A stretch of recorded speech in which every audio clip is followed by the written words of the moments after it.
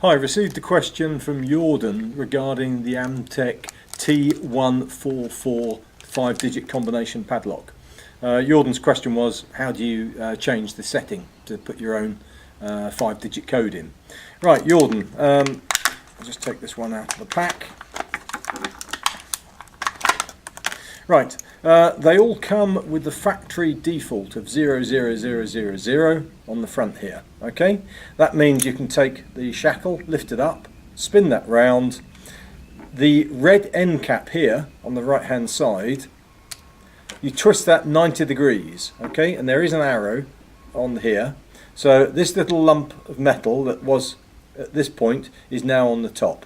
You can now change the code, so I'm going to change it to 1, 2, 3, 4,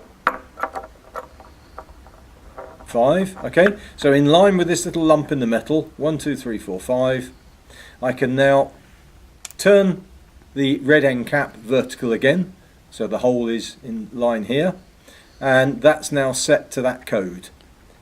I can put the shackle back in. If I now jumble the dials up, your padlock is locked. If I now change to 1, 2, 3, 4, 5, in line with this little block here, 1, 2, 3, 4, 5, shackle opens.